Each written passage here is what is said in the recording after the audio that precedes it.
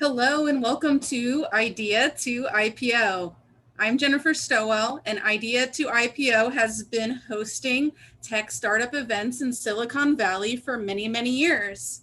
We launched officially on February 1st, 2010. At that time, we had no members and no events on our calendar. At this stage, we have over 100,000 members among all of our meetup groups all across the globe.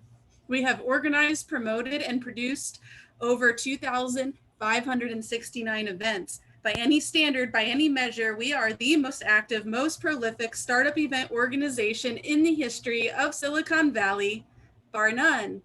We organize venture capital panels, legal workshops, networking events, and more. These days, we are 100% online. We hold an event startup every day of the week. Check out our schedule at ideatoipo.com. At this point, I'm going to hand it off to our distinguished moderator, Jason Putnam Gordon. Jason, take it away. Good afternoon. Thank you very much, Jennifer. It's a pleasure to be here. I've been working with Idea to IPO since 2013. Used to do events in person. These days we're virtual, as Jennifer said. We've got a great panel for you today. Today we're going to be focused on innovation and investment in health tech.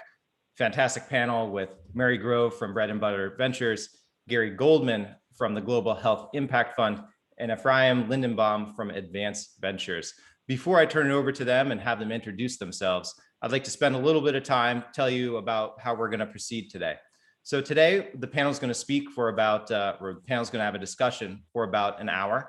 After that, we'll do about 25 minutes or so of Q&A. If you've got questions, fantastic. Please submit them in the Q&A function. It's not only am I going to be moderating today, but I'm going to be running the tech in the background. It's easier for me to handle. We'll try and monitor the chat, but it'll be easier for us to try and get to your questions if you use the Q&A function. Additionally, today's event is recorded. So on the upside, if you miss some or all of it, so long as you have registered, I'll be able to follow up and send it to you afterwards.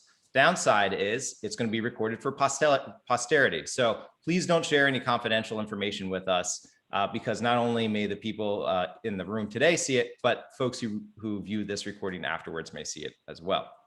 So I'm Jason Putnam Gordon. I'm a venture capital and emerging growth company attorney.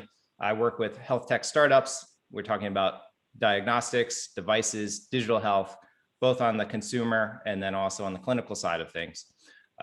We'll start with our first time that we've had this panelist, Mary Grove. If you could tell us a little bit about yourself, the best contact information for you, and what your particular area of interest or focus is within health tech, would be much appreciated. Terrific, Jason. Well, thank you so much for having me. And it's terrific to be here with people from all over the world who are chiming in here on the chat. So I'm Mary Grove. I'm managing partner at Bread and Butter Ventures. We are an early stage venture capital firm based here in Minneapolis, Minnesota, where I'm coming to you from today. And we invest nationally. We invest nationally in the sectors that we believe are the bread and butter, or the backbone sectors, if you will, of the modern economy moving forward. And those in particular are food technology, health technology, and enterprise SaaS. And so our whole fund thesis is we invest in companies globally, but then leverage the Minnesota home field advantage in our backyard, primarily the corporate backbone of industry that are based here to support our companies at scale. So currently we have 41 companies in our portfolio spread pretty well across the country. We can invest internationally as well, though primarily focus on the US. And we focus on seed stage, so really early stage, live working MVP in market. And within the firm, I lead our health tech practice. And so we particularly focus on digital, the software side of health tech. Happy to talk about some of the recent investments we've made and just the incredible amount of innovation we've seen, in particular, in the last 12 months. And this difficult time in the world has been really accelerating investments for our firm. And then my personal background prior to Bread and Butter, I was an investment partner at Revolution on the Rise the Rest seed fund.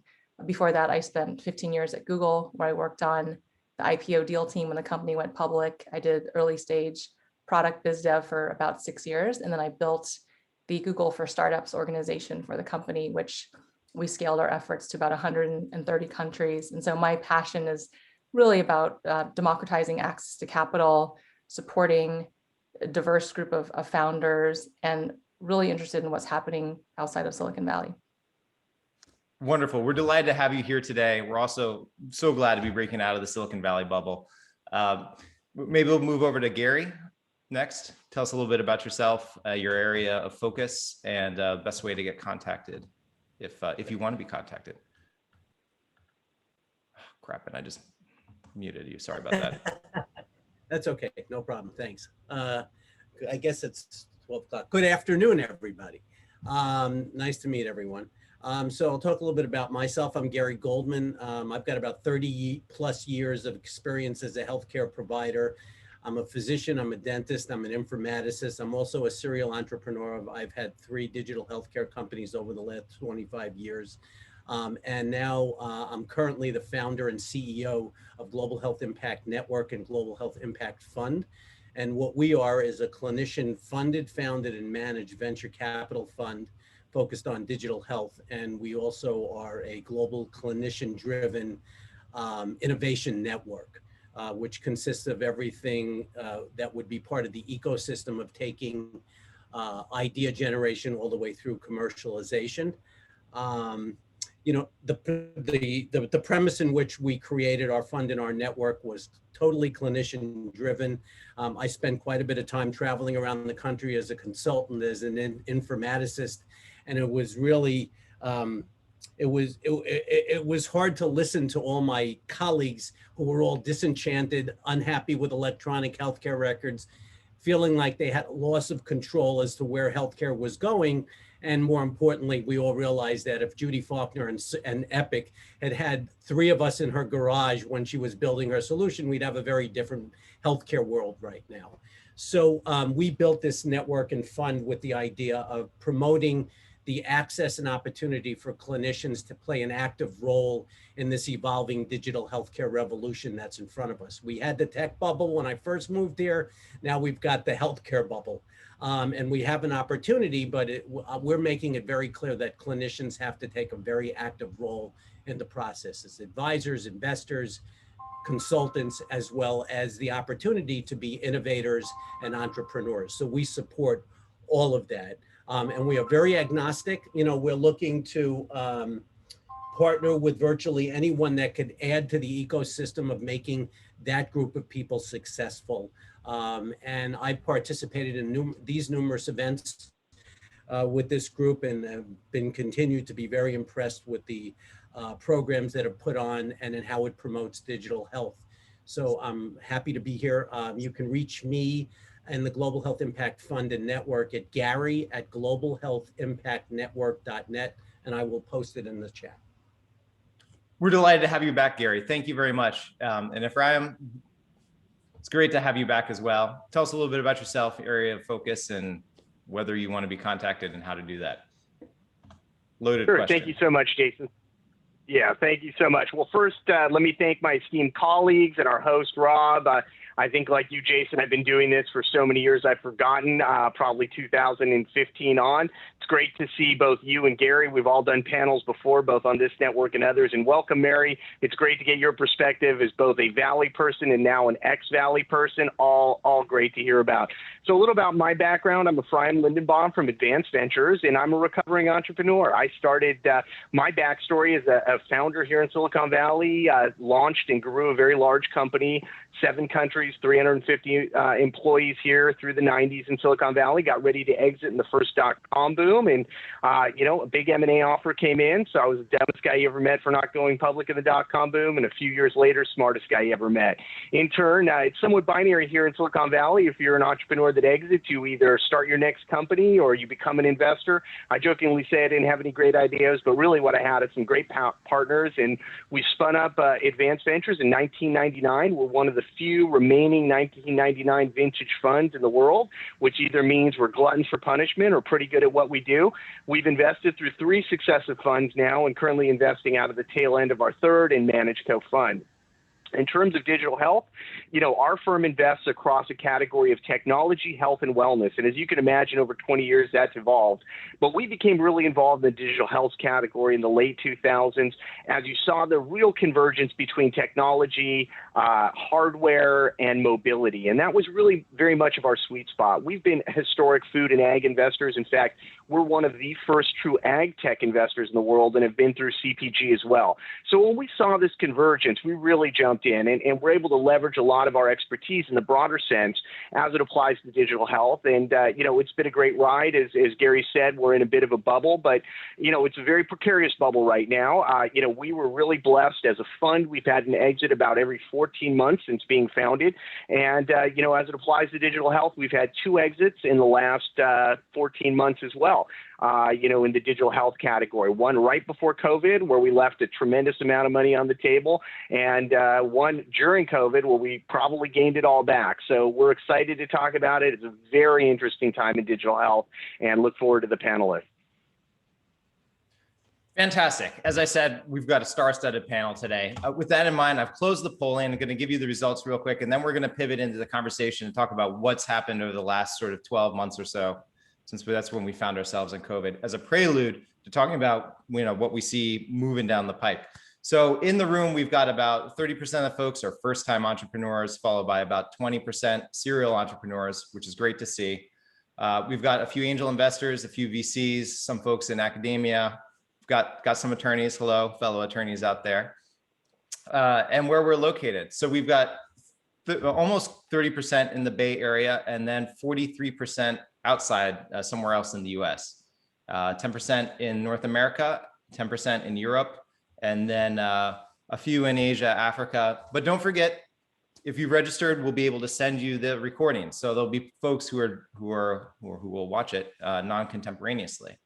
And then the spaces, we've got 13% in therapeutics, 21% in devices, 13 in diagnostics, 33 in telehealth, super hot area right now, clinical trial tech, operations care and management, and then another bucket of other. So with that in mind, maybe we'll repeat the circle that we just did. And Mary, if you could share with us a little bit of what you've seen in health tech over the last 12 months as sort of a prelude to what you see coming down the pike. And we'll open up for Gary and F to jump in as everyone sort of sees fit. And I'll try and stay out of the way because no one booked this to see me. Not at all, Jason. More of you, the better. So it's been an exciting time for us investing in the health tech space. We've made 4 investments over the past 9 months in this sector. And, the themes that we're really immersed in right now are the trends around value-based care more broadly. We're looking deeply at social determinants of health. We've been looking to invest specifically on the digital side in solutions that target very segmented but very large segments of the population. So the 4 investments that we've done, for example, one is called River Health, now based in Minneapolis, and they've built a low-cost, accessible healthcare plan that's targeted millennials to start. So $35 a month accessible price point to cover the 4 most frequently used services, including primary care, sexual health, female health, and mental health. And we've seen them really take off over the past year. Again, the notion of telehealth, which you alluded to earlier. So that's been one big category. Another investment we've made is we're looking closely at the elder care, senior care space in general. We've made an investment there that hasn't yet been announced, but it's in a company that we're really excited about, who's transforming, we think, the way you think about the long-term care market by bringing to market a new elder care insurance product, from the ground up, from scratch. So the intersection too of health tech and fintech has been a big theme in the last year that we've seen. And then female health is the other big category, very broad category, of course. Within that, many layers to unpack. But the first 2 investments we've made that we're really excited about, one is in a company called Cherry Blossom Intimates out of Washington, D.C. And they do 3D customizable, fully insurance reimbursable prosthetics for breast cancer patients, along with a line of intimate apparel to support it, and think about bringing a beautiful, elegant boutique e-commerce experience to this sector is really transformative, we think. And then our last investment we just announced last week, And I'm happy to put the post in the chat here, but it's in a maternal telehealth platform called Nest Collaborative, which, we think that telehealth in general has leapfrogged a decade in the last year, but that trend is here to stay, right? Telehealth isn't new, but the surge in adoption, we think is a permanent one. And so this is a company that's targeting maternal health with lactation support as the first vertical, but tremendous opportunity to both grow in that market and then expand a phenomenal team of founders. And so those are some of the big themes, Jason, that are top of mind for us as we look ahead to the coming year here.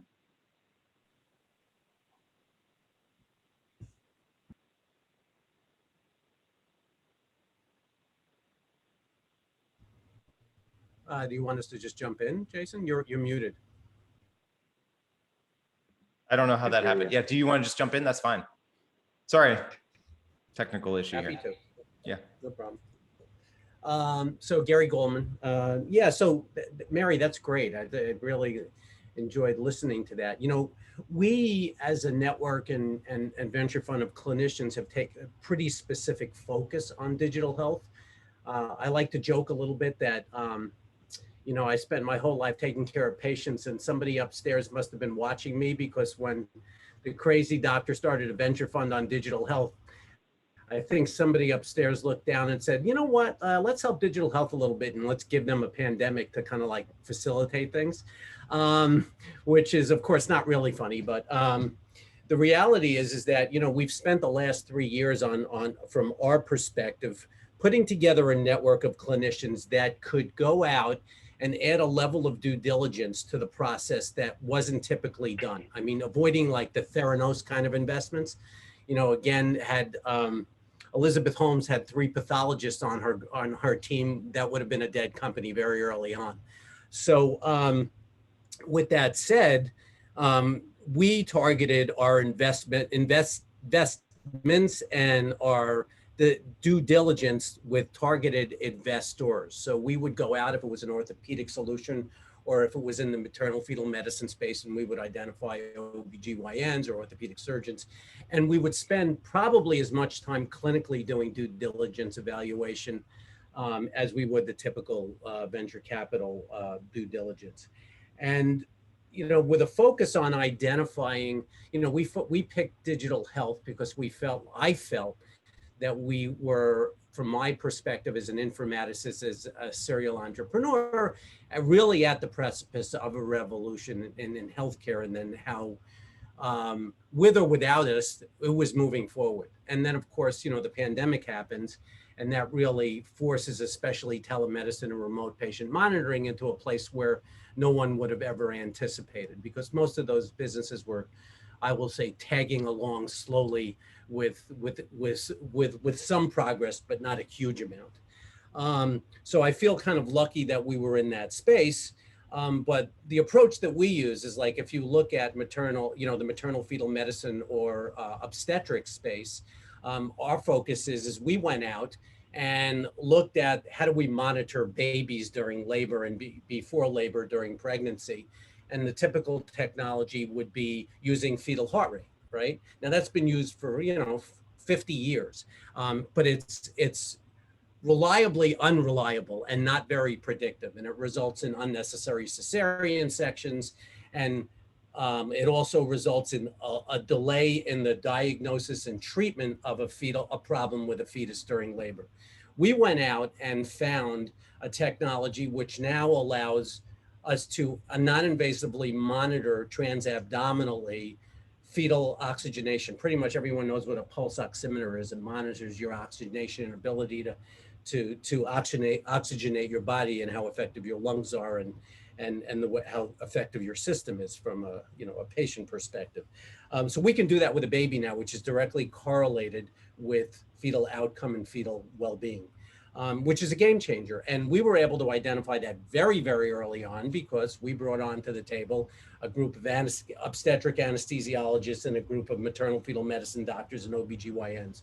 So we really focus on identifying those game-changing technologies, whether it's remote patient monitoring or whether it's an efficiency platform. We're looking at taking telemedicine into a specialty-specific model as opposed to what it exists now, which is this.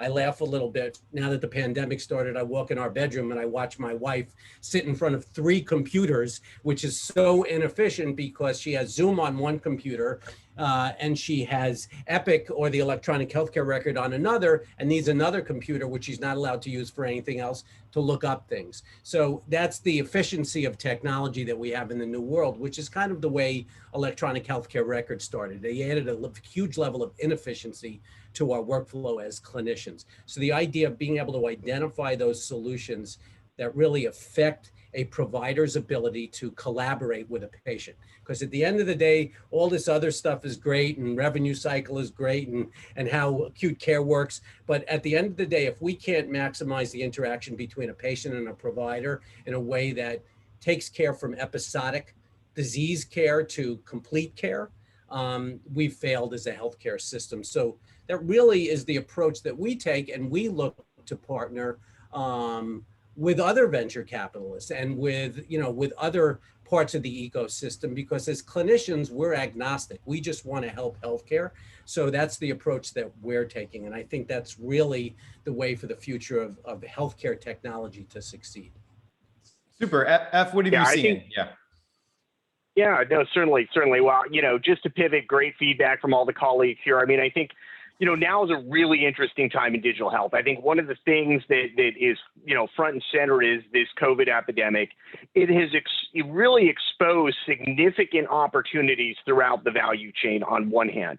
On the other hand, it's completely jammed up the entire digital health and pharmaceutical space. Being a little later stage and maybe understanding from being in the space a lot of years, to what Gary and my colleague Mary are saying, this has not been a great year for most of digital health. And it's certainly been a terrible year for therapeutics beyond COVID. Telehealth has been really one of the few, if only, bright spots at this stage. I mean, let's be point blank. Now, the category itself has seen tremendous investment. Let me give you guys a little bit of data coming off the Rock Health, which I think we believe is one of the best data reports. And, this is very helpful for the entrepreneurs out there, other than talking about deals we've done, but really talk about the overall market. So number one, 2020 was one of the biggest years in digital health investment, right? 72% increase over 2018. 440 deals done last year, 14.1 billion in dollars invested. On top of that, we've also seen tremendous IPO, $37 billion worth of public market value creation in the sector with health IPOs, and 145 deals on the M&A side in the space. So it is ripe, it is hot. However, that being said, there are very unique categories that make sense. And you've got to be really thoughtful as an entrepreneur about this issue, because I would have told you at the end of last year, and I think we did a few of these panels, that digital health was kind of dead, frankly. I mean, we were very, very disappointed in digital health. We thought it was, a lagging category. We had really pulled up a lot of stakes. We put a lot of dollars in the category, and it was a very challenging market. It was very slow adoption curve. Revenues were a fraction of what anybody predicted, and it was really a down cycle, to be frank with you. Then the epidemic hit, and we started to see traction in some areas. Telehealth being one of them. As I mentioned, we actually sold the telehealth company in the middle of all this. I think that's the right side of the story to be on right now. In particular, there has been this move in things like telehealth to find any sub-level flavors. I think the jury's still out post-COVID how much of traction there is, but there's a lot of inequality that needs to get solved. Many other categories of the broader digital health space, diagnostic, et cetera, if it's not directly COVID related, has been decimated. I mean, we have seen FDA cycles on therapeutics push out 2 or 3 years based on this. I mean, if you're a company trying to get products through 510 or FDA, which most companies in this category have to actually do to go out and be commercial, you have seen seen a 1 to 2 year slowdown in your cycle, which means these companies are on the rocks. There is a tremendous problem with capital there. These companies are going bankrupt. It is very, very difficult. So I'm not trying to be a downer. I just want to put it out there because there is this belief that, geez, everything's great, all this money's coming in, but it's tough. Now, let me talk about some of our excitement. You know, for us, we have a company that was in diagnostic testing, predominantly in food and agriculture, one of our key areas of investment, right? Now, they had a great team. They actually came out of human diagnostic and were able to pivot. You know, they thought it was, and the board, we all felt it was our obligation to try and make a difference during a pandemic. And very quickly, they spun up, and within 6 weeks, they had high-speed, high-regulatory COVID testing, and they went for their EUA. Something kind of interesting happened on the way to the circus, so to speak, there.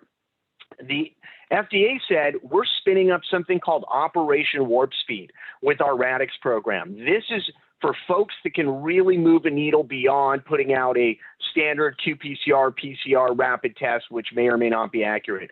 We're going to give you a bunch of money to go into that program. They funded them to the tune of a couple $1 million last year and have rapidly helped them scale up. They were, even before a true EUA was issued, they were vectored in to help the indigenous nations, the Navajo, Choctaw, Cherokee, that were being decimated at the end of last year with COVID. And they put hundreds of thousands of tests on point for them to make a difference in Q4 last year. In turn, they were just accepted into Warp Speed Package 2. So they are one of the few companies that can actually identify in a low-cost, high-speed way COVID variants. And the perspective that we're hearing from NIH, CDC, and the global side is that COVID is not going away anytime soon. You know, it may not be a top of mind issue, but surveillance testing, this will come up even more meaningfully than the flu every year for the foreseeable future. The testing for evolving variants is going to be very, very critical going forward. This particular company, as I mentioned, just moved into Warp Speed Package 2, one of 8 of 1,400 companies chosen in this, if I get my numbers a little off there, into that program. They have been funded these dollars from the government to go out and get a high-speed, rapid variant detection, what they call a clade variant, out into the public health category by mid-year. In turn, the CE, the EU side of that has started operations. So, I think you really have to dig deep, both in terms of what's a real business opportunity right now and where the exposure of challenges in the space occurred, but also how can you look deep and pivot some of your companies and some of your ideas in the category to be a point-on solution that solves a big problem today. Because right now, the healthcare industry has been decimated, like I said. On top of that, one would think all this money is flowing into healthcare, but Gary can speak to this. We have seen hospitals lay off 30 to 50% of their clinicians over the last 12 months. I mean, it is decimated. Their ability to onboard any new products or services may be set back 1 to 4 years. And that's what we're hearing in the space. I'd love to hear if Mary's heard anything else from the Midwest there. I think that's a really terrific synopsis, and thank you for the data at the top, which is always a terrific frame to have. One alternative viewpoint that I'll provide on the venture side specifically is I think you have your firms nationally who excel specifically at healthcare investing and really focus on that. But my observation is that in the past 12 months, you've seen a lot more generalist firms have an interest in the healthcare sector where they previously may have not deployed capital into that sector before. And so I do think that there is I don't know if I would call it a fear of missing out per se, but an increased attention, right, of not just certainly on the digital and the telehealth trend, on the remote patient monitoring, a lot of these things that we needed these solutions yesterday. Yes, those are opportunities, but I do think that there are a lot of emerging startups who are pitching more generalist firms right now with a higher degree of success than they might have otherwise. And so I do think there is an open-mindedness about investing in the sector more broadly from a set of investors who haven't done so to date. So I think that's promising, and it's it's exciting. But I definitely think that the shifts that we're seeing, it's going to take years to fully rebound in many specific cases. So could we maybe unpack concretely some of the challenges that you all are seeing, and just to pick up on what F was saying? So And you as well, Mary. So, we're talking about maybe access to capital, especially earlier stage, was disrupted, at least initially in COVID. Maybe that's changing now because there are more generalists getting in. And so maybe there's kind of more demand. FDA cycles have been disrupted. Additionally, hospital systems and other providers are under tremendous stress and strain. And then another thing too that I've sort of observed is, or read about, which kind of also creates an opportunity, is, a lot of folks have missed their doctor's appointments for the last year, some or all of them. I'd love to get your thoughts and opinions on any of this. Open question. I mean, what I'll say is, again, coming in from the clinical perspective, pandemics like this, they create problems and they create opportunities. And I think what we've tried to do as a venture fund and network is to focus in on those opportunities from, again, a clinical perspective. And as you point out, we are now in a situation, when we first started this pandemic, I'm on the local medical association council, and there was a huge flux last April of thousands of doctors whose practices would have gone under if they didn't do telemedicine, right? Patients couldn't come to see them. And I would tell you that, again, in the local Contra Costa area, 80% of the doctors had no clue how to do telemedicine, okay? And we were partnered from some of my other businesses. I was partnered with a lot of these telemedicine companies, which, as F and Mary have talked about, we're just tagging along, right? They were, it's an interesting concept of why should I do this, to, oh my God, you go from, I could do this to I have to do this, right? 10,000 new providers in a week, almost unmanageable. So for us, we were lucky on our fund side to not have to really pivot for much of that, because that's where we happen to have been focusing. But we found the complete opposite. We've not seen slowdown. We've seen an incredible growth in many of the companies that we've looked at. And if we pivoted anything from an investment perspective, is to pivot to focus only on those companies that were taking advantage of the epidemic in a positive way, right? Knowing that long term that it would be a much longer play in terms of its adoption, because it's quite obvious to the clinicians that moving forward now, we are moving from some telemedicine and mostly face-to-face to what I refer to as clicks and mortar environment, okay? Where it's a combination of the two, but most people look at that and they see telemedicine and they see face-to-face, but there's this huge gray zone of hybrid that creates opportunity, where there's deployment of extenders to the point of care with remote patient monitoring.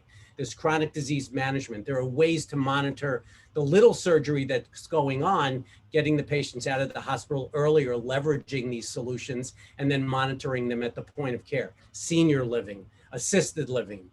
There are just so many opportunities that are out there. I would take the approach to almost argue that there are plenty of great opportunities, but the key is being able to identify the ones that are going to work. And really the clinicians are the ones that, and the patients can identify that fairly quickly. So that's my approach to this COVID environment. I think that's a great point.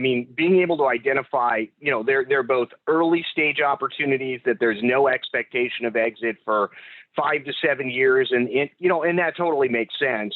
And then there are opportunities that may be able to gain traction earlier. I think what we've seen is a lot of white space in the market, a lot of opportunity out there to find the right deals that can make a difference now. I think there's also a bit of a sobering effect to help people understand the time cycles, right? Having been investing, as long as we have in the category, I think it's, for us, it's great to see, digital health, with telehealth, for example, taking off. Some things in IoT are making a big difference. We love senior care and categories like that.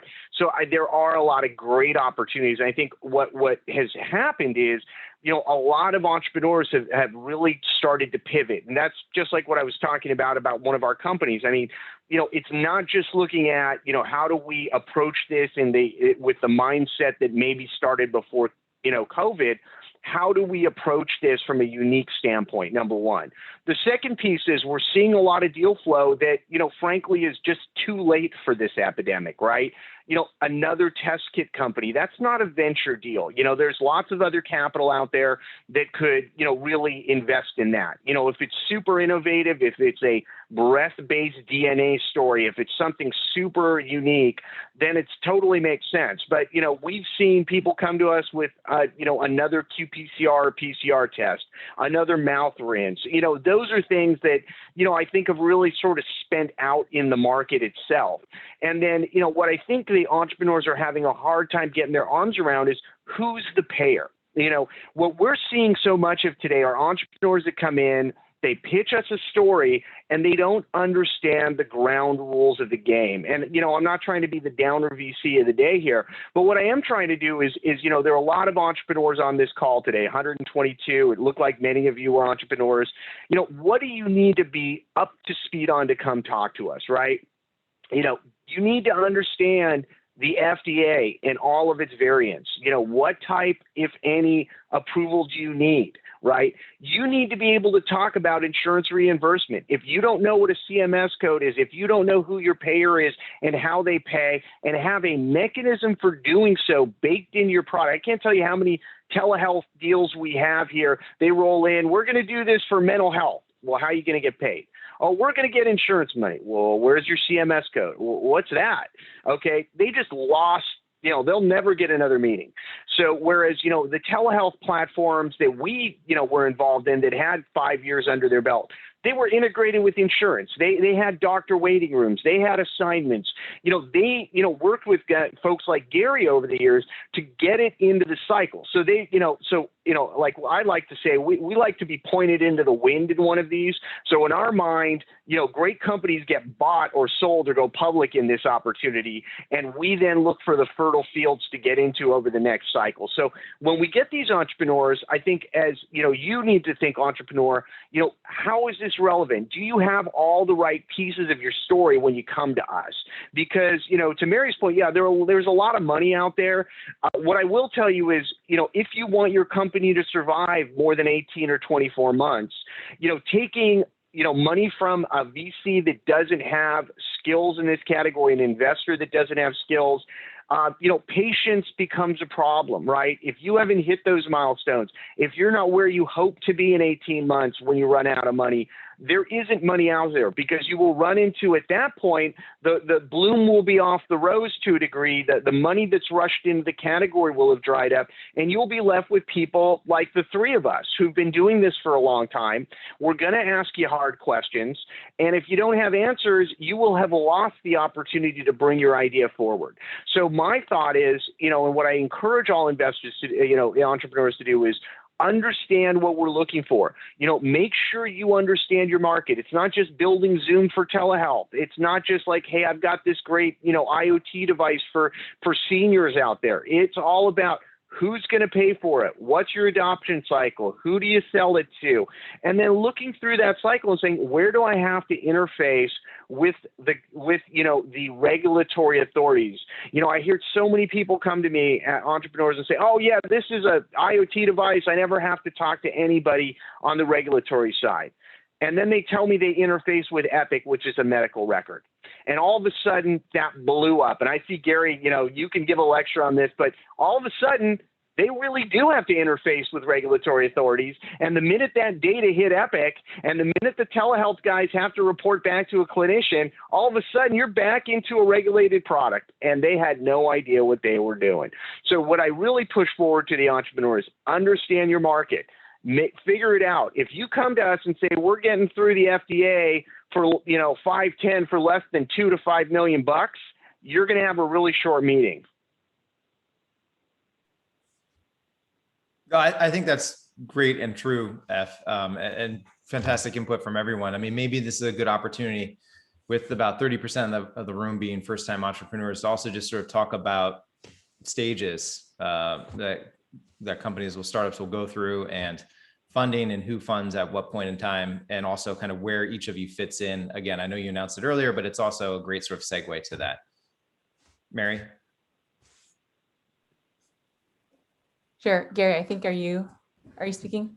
Well, you can go, Mary. Go ahead. Ladies first. No, I'm happy to go in any order, but so I'll speak to the early stage, which is where we invest, and maybe we can start at the very beginning, if you will.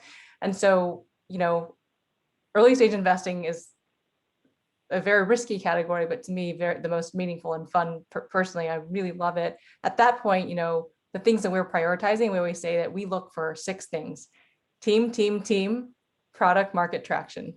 And that's just to show you that we very heavily index on team. Everyone cares about team, of course, but particularly at early stage, and by early stage, we mean seed or pre-seed. So that's typically, you have a live working MVP or minimal viable product that's live and active. You may or may not be generating revenue.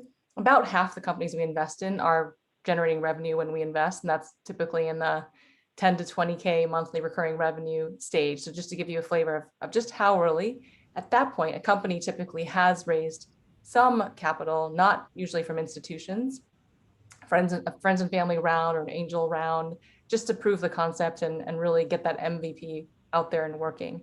And so, I would say at that point, it's pre-seed or seed stage. Our firm is comfortable being first check-in, first institutional check-in.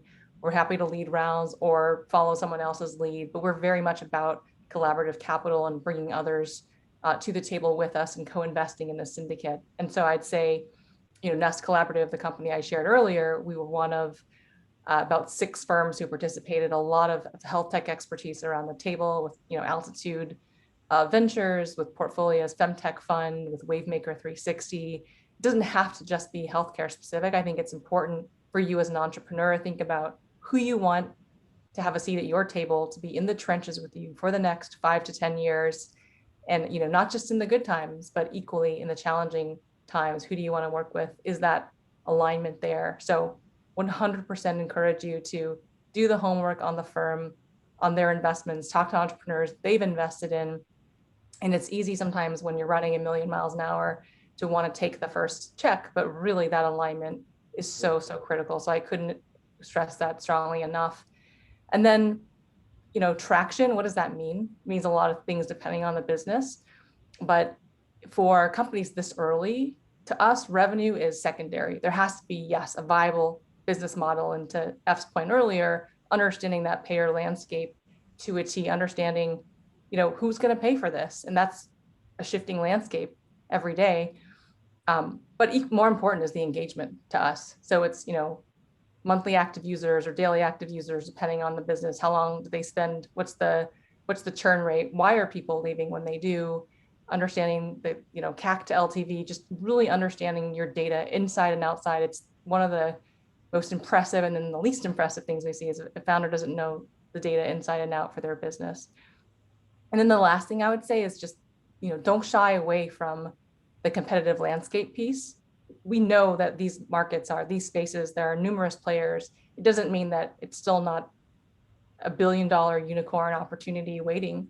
It's imperative that you do your research, come prepared and articulate that. When we see a slide deck and someone says we have no competition, it generally shows us a lack of awareness or willingness to be transparent and open about how you fit into the broader context there. So encourage you to also look at companies who have raised their Series B, Series C, who's gone public, what are they trading at, what's their multiple on revenue. If you can find the valuations for companies earlier in their life cycle, where were they relative to where you are?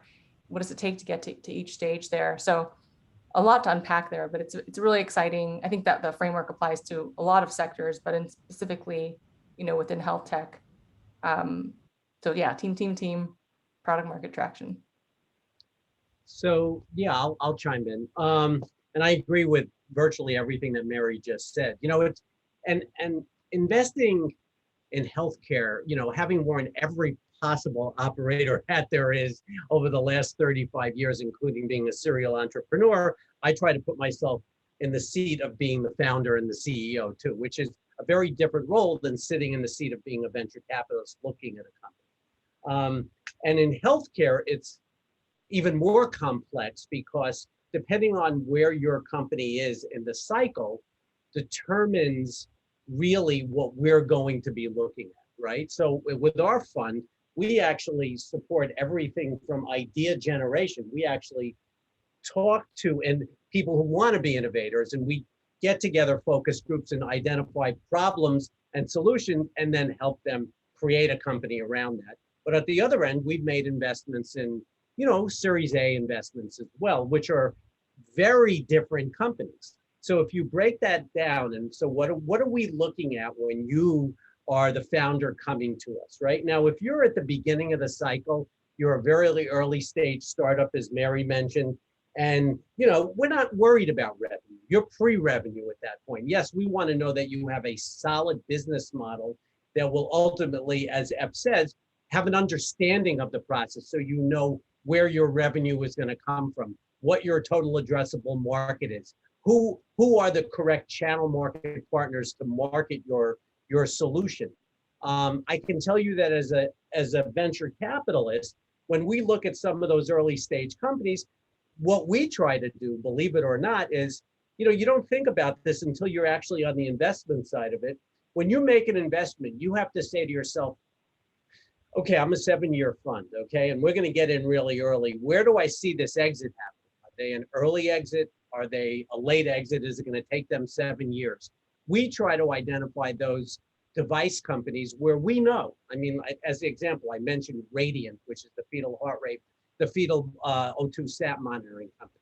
Sensafree, the company that's monitoring non-invasive blood pressures like an invasive arterial line with an EKG patch on the wrist. I mean, game-changing technologies where we know that our investment will never, ever get to what we refer to as commercialization, right? You have an idea, you develop it into a company, and then it has to either exit somehow. So it's either going to go through commercialization and look for an acquirer or an IPO, or if it's such a radical idea that we know that the minute that this company gets FDA approved, which means you have to have a thorough understanding of what that involves, how much money it's going to take, and understand how you may have to pivot if, God forbid, somebody puts a pandemic in front of you. You look at that and we can say, you know what, this company's never getting to that point because Philips or Edwards or McKesson are going to acquire this company the minute this technology is FDA approved.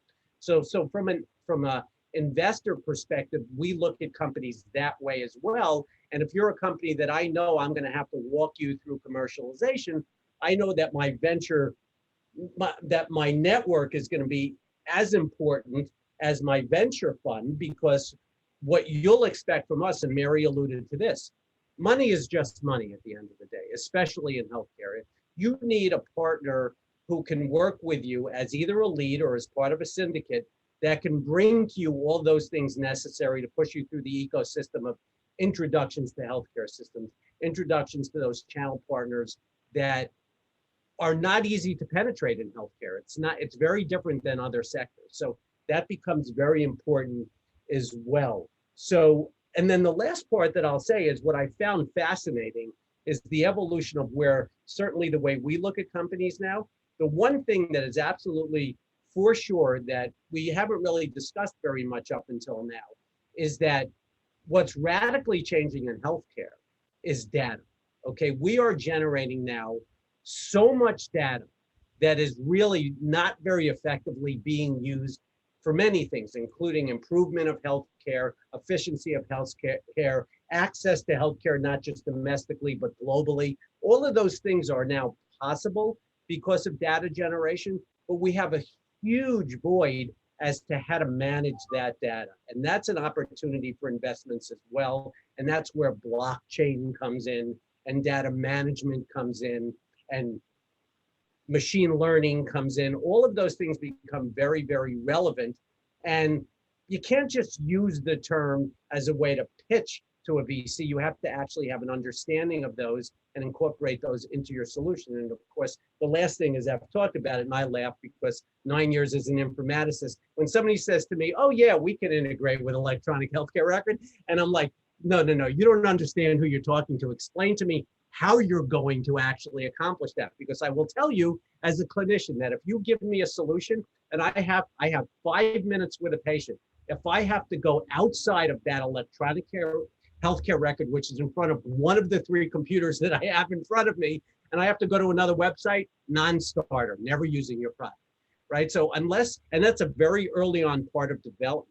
And I don't have a problem as a venture capital fund saying to you, you know what, we can help you do that, but you need twice as much money as you think you need, because to get to that point, you need to adopt this kind of technology. So it's I can't foster more how complex healthcare is. And you really, as a founder, have to really know your business model. You have to know your distribution chain, and you have to know how your technology is going to be used in the hands of a clinician.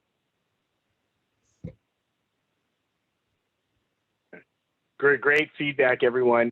Just to kind of follow on, I'll make this super simple, easy. We're a late seed and Series A investor. We typically invest similar to Mary in syndicate.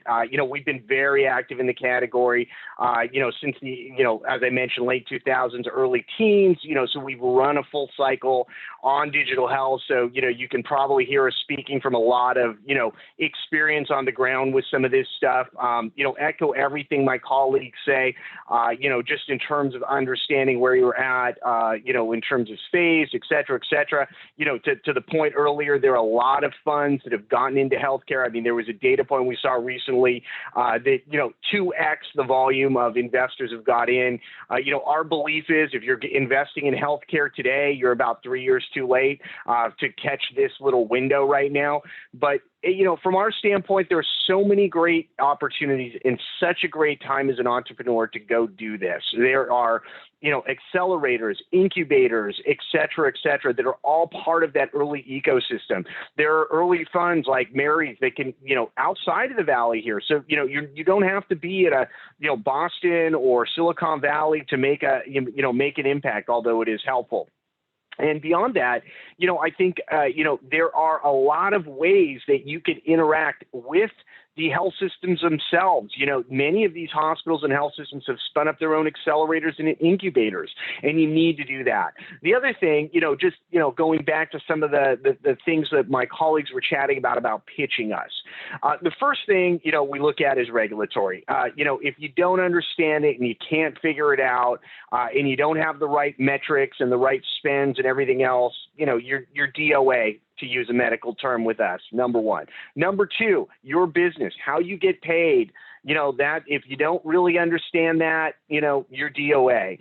The third, and this is most important, is adoption cycle, right? I've had a company that had every major brand name hospital, quote unquote, in contract with them. And it took them 5 years to get over 5 to 10K a month out of the largest spenders in the world with the best product, with everything else, just because it's really slow. So you have to understand what the sales cycle and adoption curve is going to look like. If you don't get those 3 pieces in the onset, you're DOA. Then you move into some issues of, making sure, to Mary and Gary's point, that you're really being honest, right? What is quote unquote traction? Talking to someone at a healthcare system is not traction. Even having a contract is not real traction. Even getting to 10, 20K MRR is really testing in this business. This is alpha and beta testing. Traction in healthcare is hundreds of thousands, if not millions a month, right? And then to Gary's point, most, if not all companies in this category will have an acquisition or will there then be on, or ultimately an IPO track. The problem with health tech is many companies end up with what we call zombie companies, lifestyle companies. They can get to 5, 10, 15 million in revenue, but that's their cap, that's their ceiling, and that's not helpful. And unfortunately, even though it's a great company, for us as investors, we can't participate in that, and you will get dropped by us. So the real issue is understanding what's your exit. The running joke is we don't write a check today without a good understanding of what the exit is. We probably have to have 5 or 10 potential acquirers in mind for a digital health company the day they walk, we write a check, which means that you as a digital health company need to understand how you fit into the bucket. Coming in and saying Apple's going to buy you, you're DOA.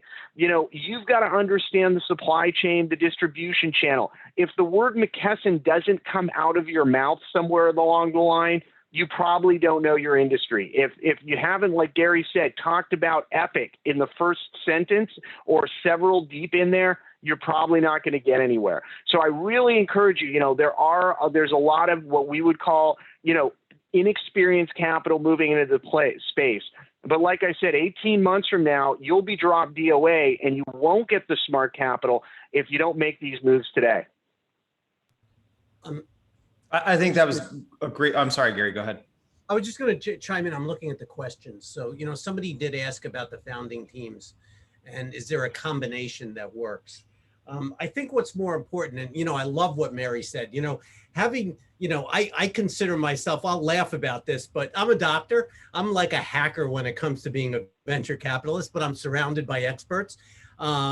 So for me, it's a learning process, right? But as an anesthesiologist, I very much believe in keeping, it's KSS, keep it simple, stupid, right? Because you want to keep it simple to keep the patient alive at the end of the day, right? So when I look at companies, there are only 3 types of companies. There are companies that have great management teams and great ideas. And then there are companies that have great ideas with marginal management teams. And then, of course, there's the third category, which I don't even want to mention, right? So you have to be at least in the first 2 categories. And for us, because we have a network, when we look at a company and we look at a founding team, you may be in the marginal area, but that's fixable, okay? As long as you're open to learning and to leverage the help that's being given to you, right? So if we can, we have had so many companies that we've looked at, some of which we've invested in because we looked at it and we were actually almost the mentor at the beginning, right? And we said, these are the things that you need to do to make this sustainable. Clinically electronic healthcare record. If you're willing to do those and you're willing to understand that it's going to take more money, we will take the risk because like Mary said, we love startups. We know what good ideas are. And that's probably as important as the management team, but a bad idea can't be fixed. Whereas a management team sometimes can.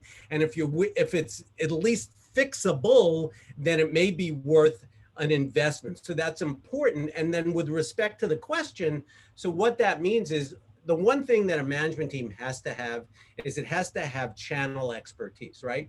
You can't be a guy who, and I've had it happen. Somebody who had a great exit as a technologist and decided I want to do something in healthcare and came up with an idea. Let's bring in Elizabeth Holmes, and say, I've got a great solution for this, but I have no clue of the clinical side of it. And I've spent no time bringing on those people onto my team. We'll get pitches. We've all seen it. Mary F. I mean, I look at it as a clinician, and they're 100% clinical, and there's not one physician on their management team. I mean, that's like insane. So that either says that it's such a crappy idea that they couldn't get a doctor interested, or they didn't understand that they needed that clinical perspective. So when we're looking at teams, it just depends on what your solution is. But you have to be open and you have to be able to think about that before you even get in front of us. Just a couple quick thoughts on the last few minutes of conversation. On the team front, I agree. We index heavily on team. In our minds, it very much depends on the business, but the idea itself can change. The product can change, the business model may change, but we over-index on, is this the right team to back? And we prefer multi-founder teams. Not 100% hard and fast requirement. We definitely prefer that. When one person's feeling high, the other's feeling low, we can lift each other up. And I grew up at Google. I grew up in Silicon Valley, where at the time the vernacular was all about the technical founder, technical co-founder. That's no longer the case, I believe. It depends on the specific business you're building, but we've seen a lot of. And the question to Gary's point is that channel, is that the sales business acumen there as well? So that's one quick point. The second is just a +1 on F's comments around accelerators. And one of my favorite programs is here locally. It's the Techstars Accelerator with United Healthcare, right? We've invested in a company that came out of that program, River Health. But I just think that model of engaging with the corporations, getting the access to the mentorship, ultimately landing a commercial partnership, or just an understanding of that market, I would definitely, if you're early in the game, take a look at that. But more broadly, accelerators, I think, can be really helpful. Then I want to make a quick plug for overlooked markets in general. Again, remember that I'm a Silicon Valley kid, absolutely love it there, and there's so much value. But when you come to a place, think about the business you're building, and I'll make the plug for Minneapolis, right? One of the reasons that we are investing in health tech is we are home to Mayo Clinic, United Health Group, Optum, Blue Cross Blue Shield, Allina. We've got relationships with all of those organizations and more. And it's those overlooked markets can often be the most capital efficient places to build businesses. And so as we emerge from COVID and go back to being in person, I would make a plug for, consider where you want to start your company and what that market can provide to you. Well, thank you, panel, very much. We're about to pivot to the Q&A section, but I do want to go back and just emphasize for the entrepreneurs in the room, mark about the 40-minute mark into this recording, because each one of the panelists share with you some of the really important things that they are looking for. So if you want to reach out and contact them, do your homework. Obviously, rewatch what you just saw, focus in on those. Figure out what they like, either doing research on LinkedIn, on Crunchbase, figure out what and this is not just the panelists, but also other VCs before you pitch them. Figure out, what kinds of deals they're like, what types of deal they're interested in, both in terms of the fund and the partners at the fund, and get educated. So if you heard some acronyms you didn't understand, figure out what those are. Accelerators, incubators are a great place for you to kind of learn some of that, as well as other Idea to IPO events. Plug for Rob and Idea to IPO. Yeah, and yeah, certainly, Jason. And there's a lot of data out there. Follow us on Twitter. We post every 48 hours or less on digital health. I mean, what you can do is, for the first time, get a look at what we're thinking about, and understand where our head is, so to speak, in regard to the digital health category. And that is something that has never been able to happen out there. So I know, for example, some of the folks at other VCs as well. So we are just very simple, Advanced Ventures on Twitter. It's also a way to get in touch with us through a direct message, as well as LinkedIn as well. We post on both of those. So follow us on LinkedIn, follow us on Twitter. You'll see what we're thinking. And that can really guide your thought processes of an entrepreneur. If you can kind of climb into our head and live there rent free while we're busy doing this every day. Well, that's great. So that's one way to follow along Advanced Ventures, see what they're doing. Gary and Mary, if you again sort of share your contact info or how you want to be followed, that'd be great. And then we'll get to some of the questions for about 20 minutes or so we can let everyone leave in time to go to their board meetings and take their next pitch. Yes. So I'm we're breadandbutterventures.com. One thing we love, every member of our team does open office hours every week. You can book them online, virtual, anyone in the world. You can pitch us a company, ask for advice. We've helped kids navigate their college decisions before. So we're totally open. We love it. We're at Bread Butter VC. I'm at Mary Grove. I'm really active on Twitter as well. Love to connect with you. Yeah, and this is Gary. So what I'll say for us is, we have the venture fund, and that, you can reach me at Gary@globalhealthimpactfund.com. But we also have the network. And when we do due diligence or work with startups on the network side, I like to say that what we're working on doing from the clinician perspective is almost like the good housekeeping seal of approval. When we look at companies from a due diligence perspective, even if we don't make the investment, we love to take companies and put them in our network, give them a community there, and interact with our ecosystem, and then work with other venture capitalists like Mary, like F, other VCs, because most of the investments end up being syndicated investments anyway. So that it's important for us to all be collaborating, but we also can work with your company to kind of get you to the point where if you're very early stage on, to be able to maximize your presentation, maximize your pitch deck in your room and all of that. So, you know, you can reach out to us for that as well. And that's Gary at globalhealthimpactnetwork.net. So Gary, we got a question for you, which earlier in the program, you mentioned healthcare moving from episodic to being more continuing care. That involves telehealth. What are you seeing, or have you seen anything in terms of that development, and how fast do you think that change is going to happen now that we've just had a whole bunch of gasoline poured on the telehealth fire, if you will? Right. Yeah, I mean, I think it's a very important point because, you know, one of the things as we've talked about is that the pandemic has actually enabled us to see the gaps in our healthcare system and to show that we have been a disease-focused Western type of medicine approach. You get sick, we treat you, we make you better, see you later. You know, and then there's the beginning side of it. So the front end or the first mile is the preventive aspect of it, which is not necessarily medicine, but it's physical, you know, your physical condition, your nutrition, all of those like before disease concepts that we should help with. And we have technology now, we have ways with blockchain and tokenization to reward people for the appropriate right behavior. We can also do that on the insurance side. If you do take care of yourself, you're more likely to get coverage or get better coverage than if you don't take care of yourself. And that's a little bit of a controversial subject, but it's out there. And then on the back end of it, if you do have chronic disease, how are we managing you day to day, month to month, year to year at your point of care? How are we helping you to take care of your chronic disease with remote patient monitoring and IoT and ability to have access to telemedicine so you don't have to go to an office or send somebody to you, as we talked about in that hybrid model. So it becomes very important. What we're doing on our network side is, believe it or not, again, as a clinician network, we're also creating a patient network. And we're connecting the clinician and patient network with a kind of a telemedicine solution through our network, which addresses that continuous care as opposed to episodic. So you have access to information, scientific evidence-based information about disease states, but you also have access on how to manage your personal health from a genomics perspective, from a precision medicine perspective. And on the other side of it, if you're close to end of life, the palliative perspective. It all has to be a continuum of care. And right now it's very disjointed. We practice in silos, we deliver care in silos.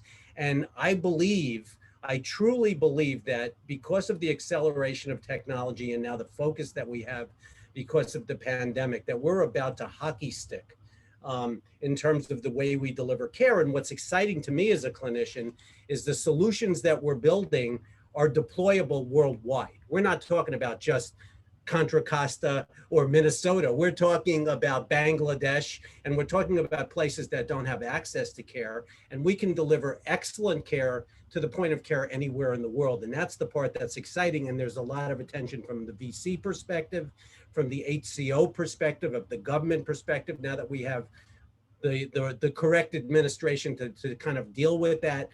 So I'm very enthusiastic and excited about how we're accelerating that model right now.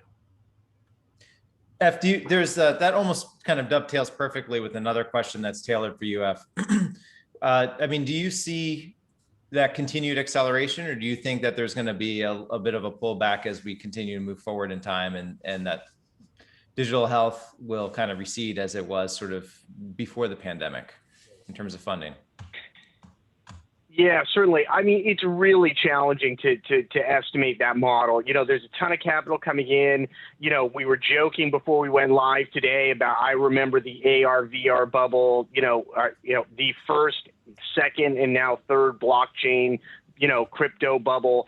I think these things are hard to read, and I think it's going to be very interesting to see. The backlog in the space is what is most interesting. And when I say backlog, what that means is therapeutics.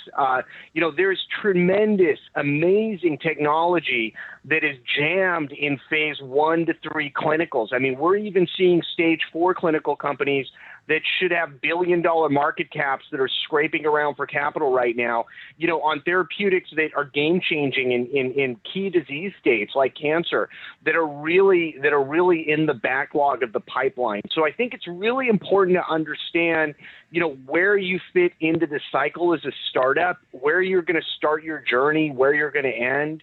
In terms of some of the elements that Gary was bringing up, and certainly Mary is the kindest person in the world in venture and going to make us all look bad to a degree. But the short version is that, you really have to be thoughtful about what is out there. And, being able to walk into our office to find out that, we've got a, IoT COVID sensor, and figure out that, Apple Watches have just figured out using their heart rate monitoring that they can probably do a better job than you, and you've already got it on, a zillion wrists out there. Those are really big things that you have to be aware of. So, now's the greatest time, but you also have to be discerning there. Is that a good answer? I think it's accurate. Yeah. I think it's great. So Mary, a question for you. As digital health tech becomes more focused or niche in target markets, how do you weigh the ability of startups to extend into adjacent opportunities? Is that something you look at? It's a great question. I think when building a startup, the question to ask yourself is what type of business am I building, and therefore, or what are my goals? And then what's the best form of capitalization for that business? And the answer is not every business is or should be venture backable or on that venture track. And so that's the question that we always work with companies at the early stage. If you're going the VC path and want to raise traditional venture capital, know that, as long as the intentions and expectations are aligned, VCs are investing for financial return, for an expected exit event. In general, we are longer term investors, expect to hold an investment for plus or minus 7 years, but not 2 years and not 15 years. And so, companies who have a different model or want to pass it on as a family business for multi-generations, that's not the right, venture isn't the right solution for you. So with that in mind, what kind of multiples are we hoping for venture style returns? Different funds have different formulas, but in general, you're investing in companies you think can be billion-dollar businesses, right? And that's the moonshot. In general, a firm will assemble a portfolio of X number, whether it's a dozen or 50 companies. And the general model is that, roughly 3 or so companies will return your entire fund, hopefully multiple times over. And so every VC is looking at it through the lens of, could this return my fund? Or how does this investment go to zero? Less interested in this company's going to flip for a 2x return in 2 years. That's a great angel investment. Find angel investors. I would love to return cash on cash in 2 years. So figure out, what are you building? What are you going for? And that gets to the question of, if the market is super niche that you're going after, is the technology that you're building sort of almost sector agnostic, if you will, as far as who the audience is? Could it roll out into other forms of care, other demographics, other populations pretty easily? Do you need to be building your system in a modular way, such that if you're going to one state first, can you just hit go on additional states once you clear regulatory approvals? So think about it from that perspective. But yes, if you're building a hyper-focused, that the acronym TAM, right? What's your total addressable market? That number has to be pretty big if you want to go after traditional venture capital. That was a great, transparent answer. I love it. I don't have any comment on top of that. So maybe if we kind of move into some of the more nuts and bolts questions in terms of, I guess, how, in terms of COVID and access to capital across markets, because we've got folks from all over the world. Do each of you play only in the United States at this point in time? Are you looking at deals outside of the US? And if you are looking at deals outside of the US, what lens does your lens change at all? What you look at and what makes a good potential investment for you? Yeah, so I'm happy to chime in. So for Fund 1, which is about to close for us, we have made some outside investments, not a lot, but one of our companies is in Israel. Okay, that's actually that blood pressure company, Sensafree, that I mentioned. And that deal was with Samsung and TransLink, two very big venture capitalists. Fund two, we actually, the reason we chose first time around to really not deal with international was more of just the complexity of making those kind of investments and raising that kind of money. It just, from a legal perspective, it's much more complicated. So for fund two, which we're doing 3 times the size of our first fund with the same model, we're now taking international investors and we're looking at international investments. Per what I mentioned earlier, especially since we're pretty focused on digital health, a lot of the solutions that we're looking at have certainly global implications, and on top of it, at the end of the day, even with 510K status, the FDA is the FDA, and getting something approved in the United States is not a simple process. Many of our companies are actually, even the EU has become more complicated, but they're looking to get approval for their solutions in the EU. But we've actually adopted an interesting model when you look at the global perspective of it to take advantage of it, is that so we have 2 of our partners, newer partners. One is a gentleman, Alex Kahana, who is an expert on blockchain healthcare globally, has lectured at the UN, just got back from East Africa. And he met with entrepreneurs, met with the Minister of Health. And there are third world countries that do have money, and they are interested in digital health for obvious reasons, deploy care in places where they don't even have access. The East African system, their entire financial subsidy system is based on smartphones. So it's a perfect environment to leverage for healthcare. So the idea of going out to these foreign governments and foreign locations, which are clamoring for digital health solutions, we're looking at a model where when we look to invest in a company and they're not in those environments, it may be easier for them to take their model and beta test it in a market like East Africa, where there are less hurdles from a regulatory perspective, prove it clinically, the equivalent of would be, a phase 3 trial, and then come back while you're still in the process of doing FDA to use that as part of your marketing, that we've proven this at 7 hospitals and 1 million users in this environment, and it works. Whether it's an African patient or whether it's a US patient or whether it's a Brazilian patient, it doesn't make a difference. And it's the same for the doctors. So, so that becomes more of a global model that we're trying to evolve to, that we originally did not have a focus on. Great. Yeah, we've historically had partners outside of the U.S. For digital health. We believe, some of the things Gary said are certainly interesting if you want to drive clinical trials offshore in a preemptive sort of way. But, at the end of the day, the regulatory framework is very dependent on countries. So, if you're going to sell, in North America, it's the FDA. So being an outside of the U.S. as a startup trying to do business in the U.S., get through an FDA trial, it's just really, really hard, number one. Number two, if you're going to try and do it in the EU, the regulatory environment in the EU in 2022 is going to change. They're totally upending their entire sort of regulatory process. So anybody gets a approval or starts any kind of a process before 2022, unless you've taken that in consideration, is very challenging. I mean, and I think I'll take a page from a lot of the other, sectors we invest in. Sadly, the global market is meaningful in really, a few places. And, the spend, to go beyond an English-speaking North American market is very, very challenging for a startup.